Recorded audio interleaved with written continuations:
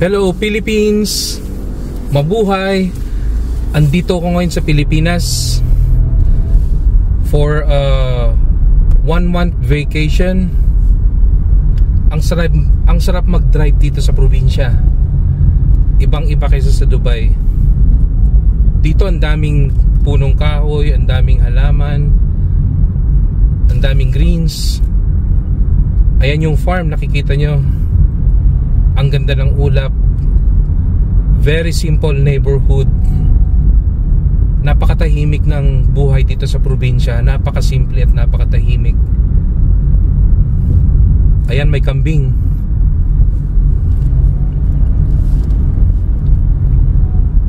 It feels good to be at home. Ito yung inaasam-asam na bawat OFW na makapagbakasyon sa Pilipinas para makapag-bonding sa family, sa friends, mga batchmates, mga katropa, para rin makapagpahinga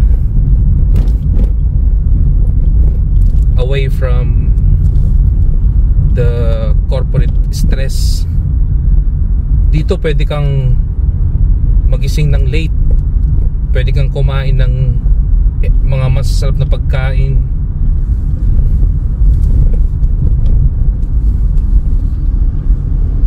Ayan o guys, ang daming punong kahoy, very green. May mga motor. Ito, overtake tayo sa tricycle. Ayun, may mga kambing uli. Nakita niyo guys, kambing. Ayun o, kaldereta, papaitan. Ayun, may kambing uli.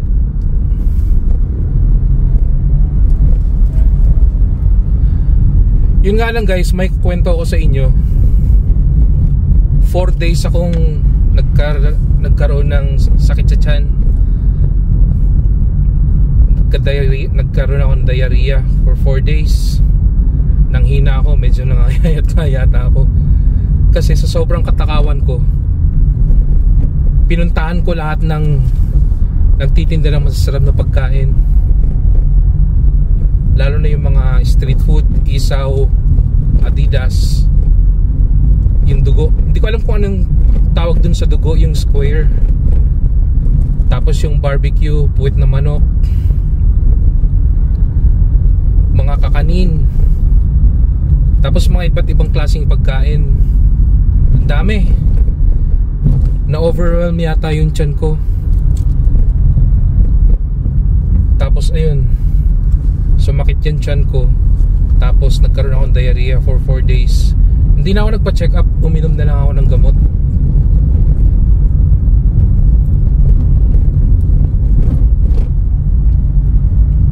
Yan guys, oh, simpleng-simple lang tong lugar na to. Simple yung mga bahay, simple yung pamumuhay ng mga tao. Nandito ako ngayon sa Santo Domingo, Nueva Ecija. Karamihan mga business dito ng mga tao is more on agriculture. Tiyan nyo, ganito yung baryo. Napakatahimik.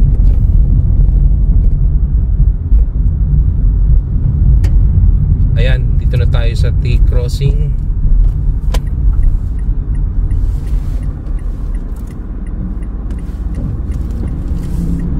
Ayan, tawid muna tayo.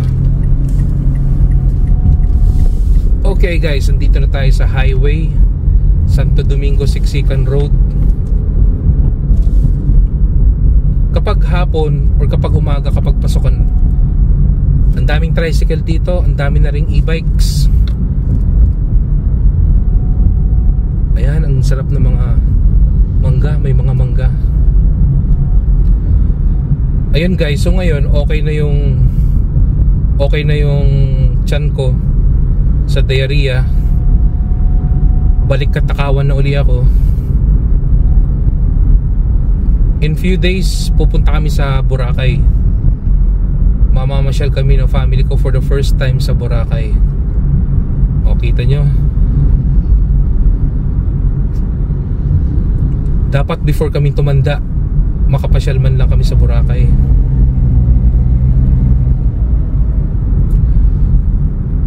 So yung sinabihan ko yung anak ko na pupunta tayo sa Boracay, hindi niya pa paalam yung Boracay. Naririnig niya lang daw pero hindi niya pa alam kung gaano kaganda yun. So sinearch niya, nakita niya yung Boracay nasa Malay, Aklan. Sabi niya sa akin, pupunta pa tayo ng Malaysia? Hindi, nasa lang yun, Aklan. Oh, sabi niya, I thought it's in Malay. So excited na rin siya kasi pinasearch ko sa kanya yung mga videos, pictures ng Boracay. Excited na rin siya makapunta doon. So we'll be going there for 3 nights, 4 days. So dapat sulit na sulit.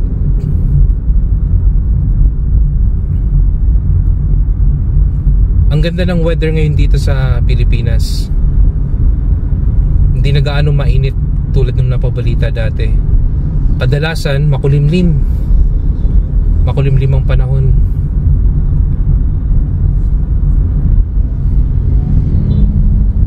Tapos maya-maya umuulan. Pag okay na yung panahon, saka okay na yung tiyan ko 100%, back to pagiging rider na uli ako.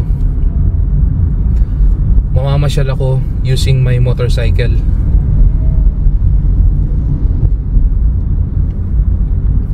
Gamit ko nga pala motor is Yamaha Tri-City 125. Yung dalawa yung gulong sa harap.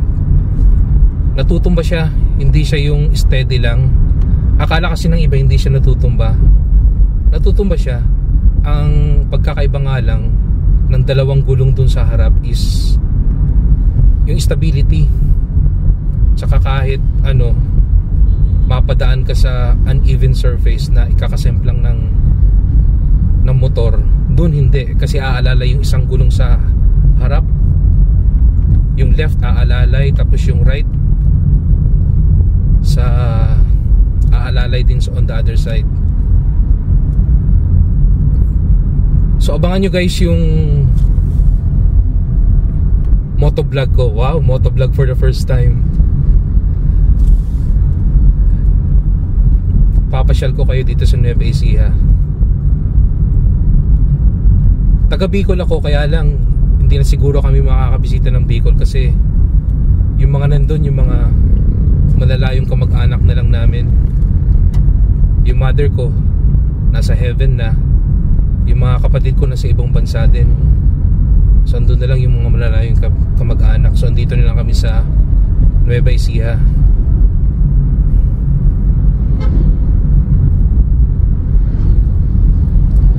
So ayun, magdadrive muna tayo papuntang Walter Mart kasi mamamalayan kaya ako ng konting pagkain.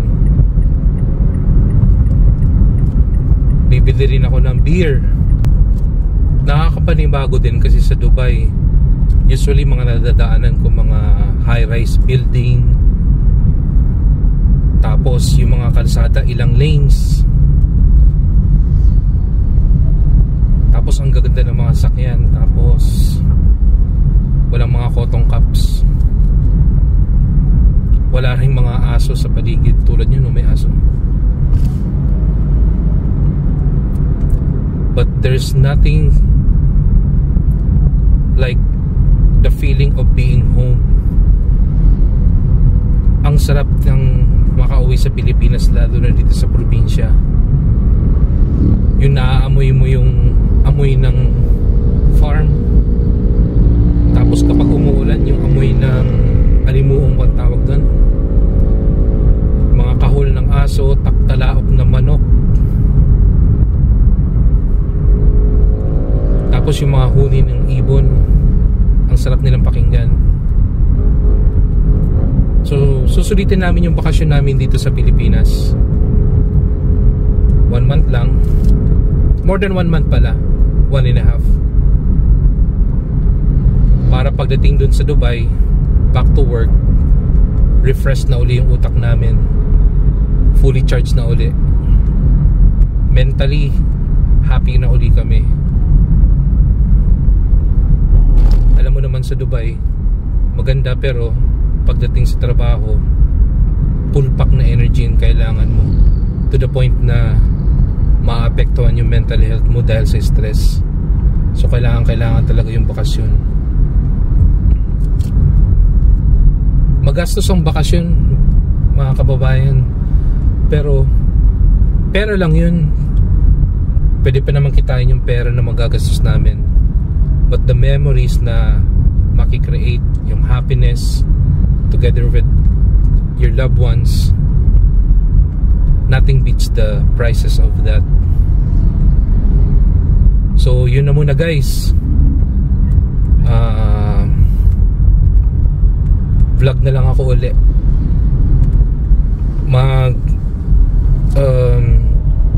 Magfo-focus muna ako sa pagdadrive kasi malapit na sa main highway. Dapat focus sa pagdadrive kasi marami rin mga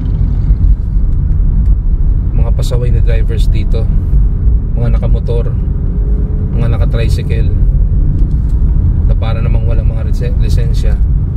So ingat na lang tayo. Salamat for watching and God bless you all.